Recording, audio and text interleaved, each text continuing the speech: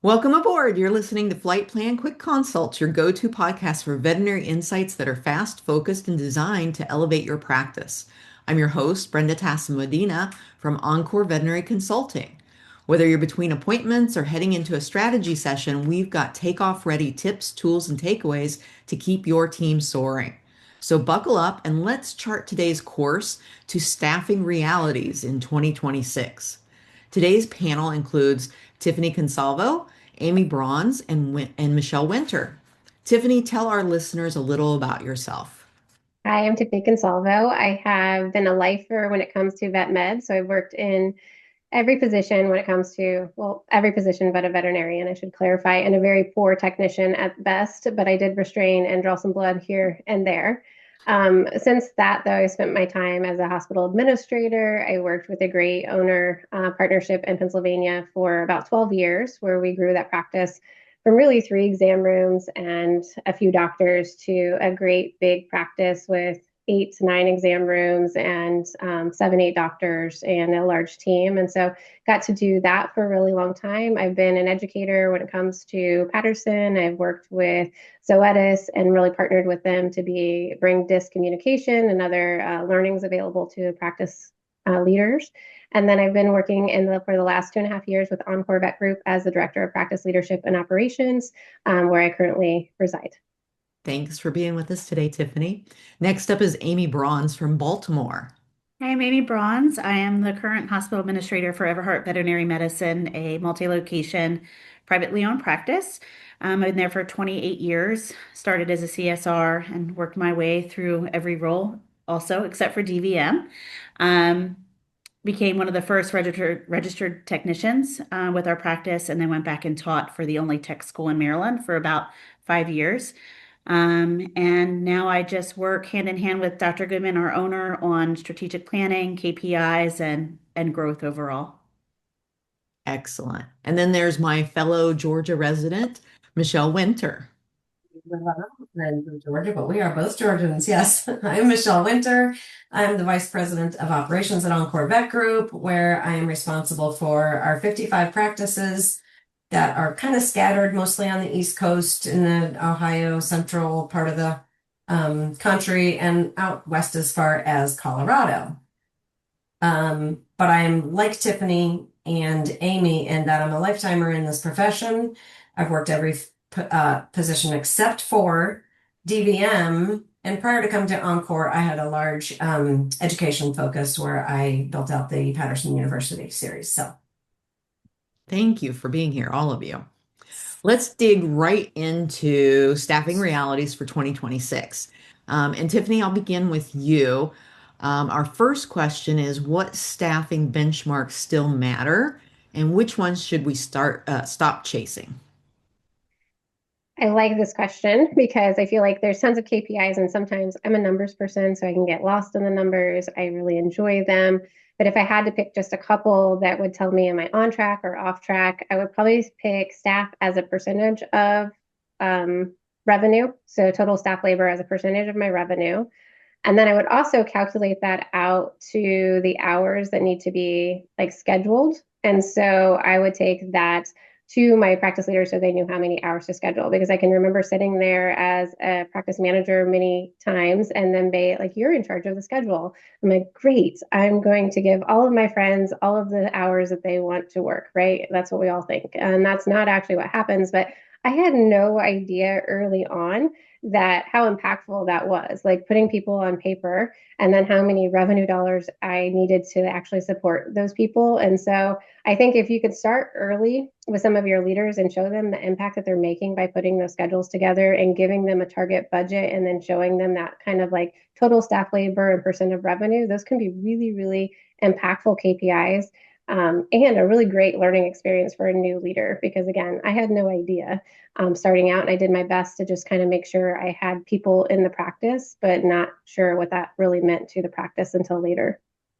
Is there anything that people are chasing that maybe they need to let go in terms of numbers with staffing?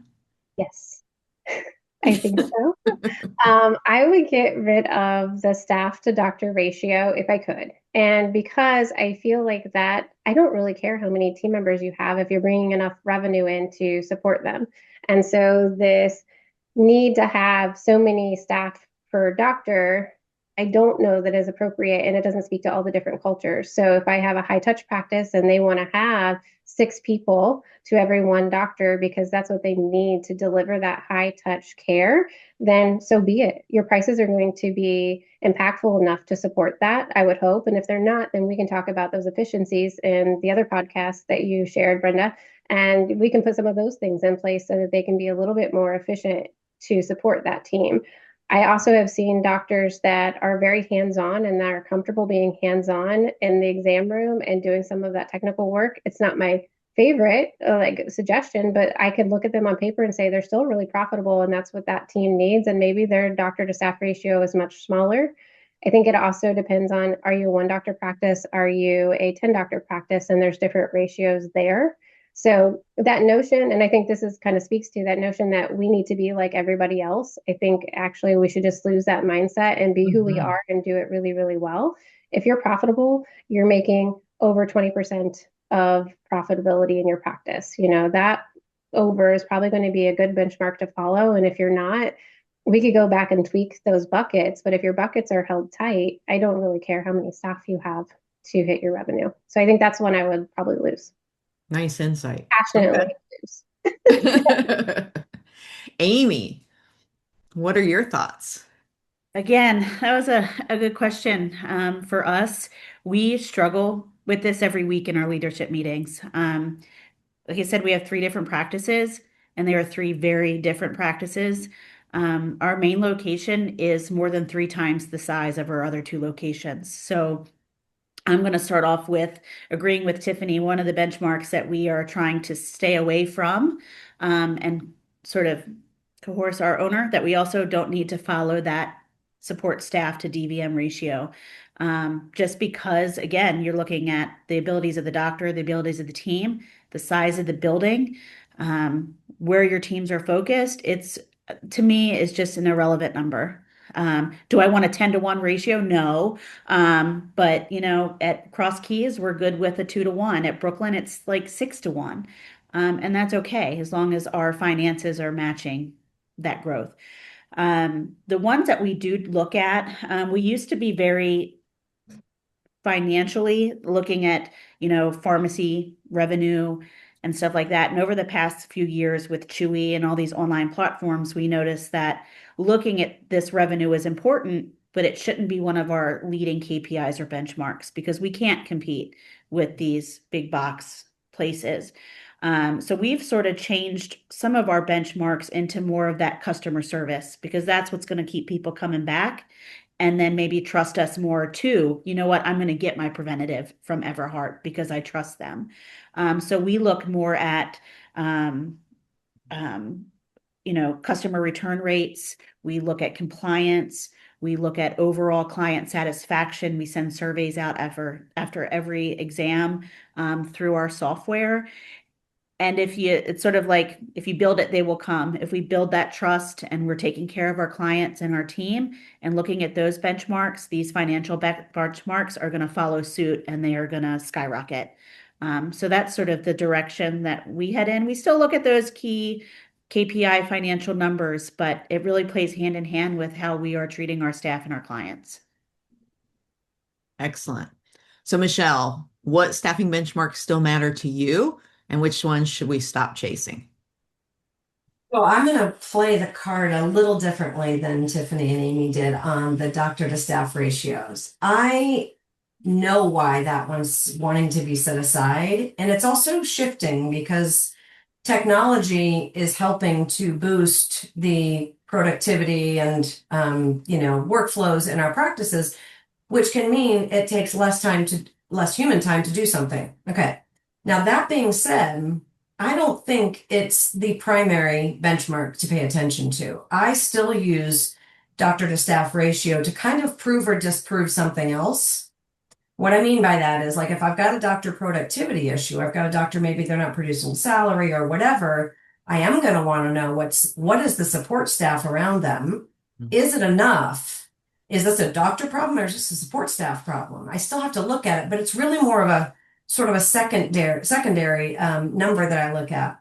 We had a recent example. Our HR team brought something forward and said, hey, this one practice, they've got the highest wages in the company, and it's not even like the one in Brooklyn or in downtown Manhattan. I'm like, really? So I went to look to see what they've got going on. They do have the highest paid technicians and assistants, but their doctor to staff ratio is 1 to 3. So they've got very highly qualified people that are paid the wage that they think is fair. And those doctors only need 3, and many of our other practices are more like around the 1 to 4.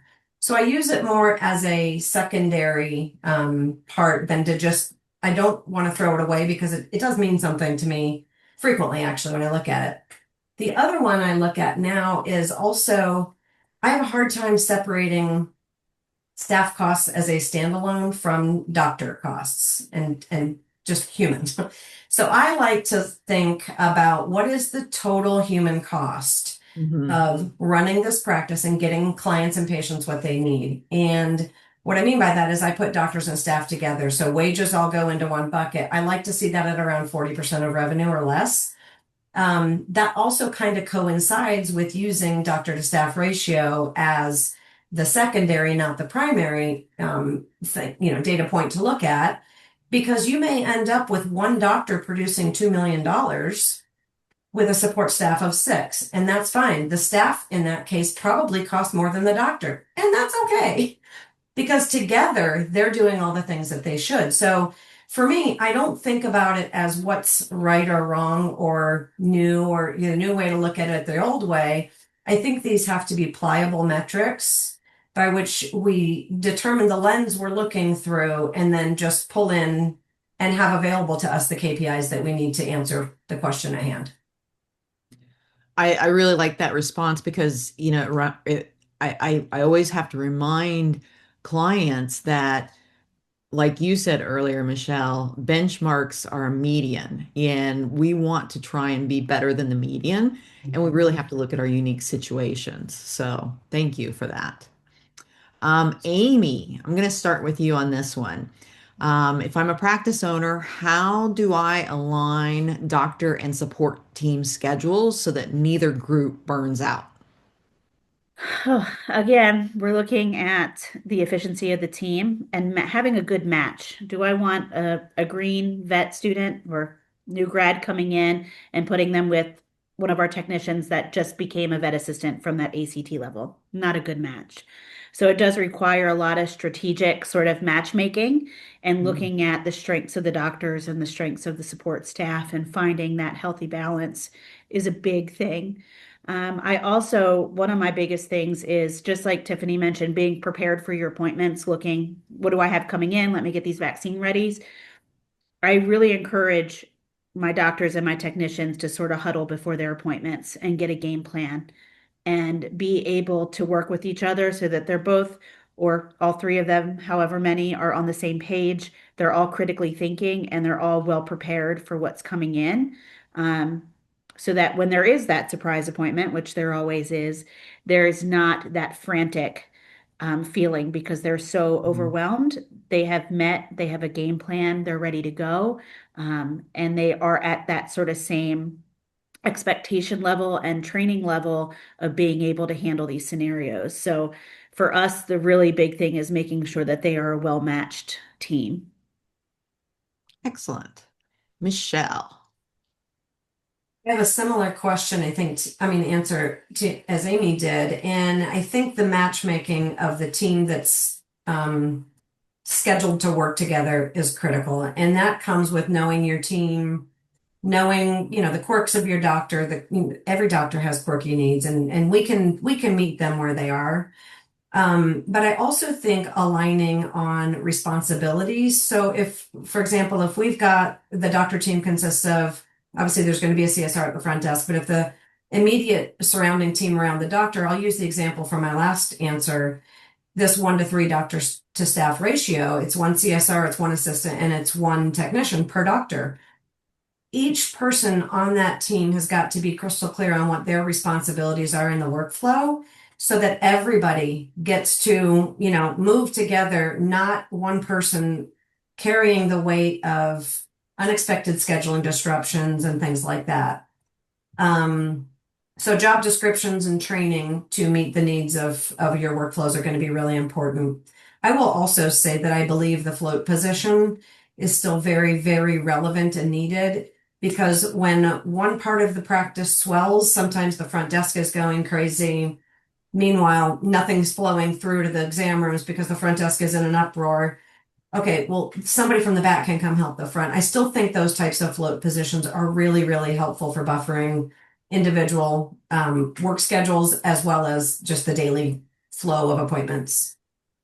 Personally, I agree 100% on the float, but I hate the word float. I So know. I Okay, always you encourage you you get the joke. We should put that into ChatGPT right now. runner. Let's get Runner is what I've runner. recommended to clients, Perfect. I client like it. practices, because it just it sets a different expectation. If I'm the float Sure. and I don't have anything going on, I just kind of float Right. around, right? No, I'm the Yeah. runner. So I'm going to be running actively and checking in with the team members and see who needs what so that Yeah. I can really support the entire team. Responsive and reactive to the Yeah. needs in the moment. Yeah. I Yeah. love that. What about you, Tiffany? Well, they took a lot of my ideas, so I'm going to kind of pivot and say a couple of things that we used when we were in practice that I found worked really, really well was one was creating the synergy with the team, especially the surgery team, right? The surgery team came in, there was these dedicated people for surgery, and they had responsibilities. Who's going to meet with the person to check them in? What are they going to do so that we collect all the information? There was this awareness and training that was really good. But then they had that meeting, kind of like what Amy was saying, is like they met, they had a team, but they talked about when are we going to lunch? Lunch is really, really important for somebody that's in surgery, and because they're on their feet all day and they're kind of at this mercy of whatever the doctor decides is their schedule. And so I just said, I know, as silly as it might seem, talk through what your schedule is for who's going on for like who's going first, second, third, fourth, and when you guys are going to stop for a break so that everybody's kind of on the same page. You don't have to hit it 100% of the time, but I know that that really resolved a lot of angst that I had in my team, which is silly, but just one of those tips that I learned. And so I would share that. And same thing would be for your other staff members, I'm sure. But I just noticed it heavily in surgery because there's no appointment workflow there. It's just like we go until we're done. And some veterinarians like to work straight through so they could leave earlier, where the technicians wanted to stay because maybe they did discharges in the evening. So those breaks were really important to them. Another thing I would say that kind of helps with burnout is scheduling your CSRs and telling them and training them on the importance of wellness, wellness, illness, or illness, illness, wellness, like appointment workflow to see you're controlling the day. And if you don't want to burn out your doctor team and you don't want to burn out your support staff, you cannot put, hit by car, hit by car, hit by car, check year. Oh, let's end the day with a wellness. Like you just can't do that to them, especially if you have two or three doctors on at the same time and they're both solid in that kind of appointment. You're asking for disaster. You're asking for large wait times. Large wait times lead to disgruntled clients, which then have that anxiety and burnout kind of hitting a little bit more with those doctor tech teams. So I think you can do a lot to control your schedule, which helps then reduce burnout.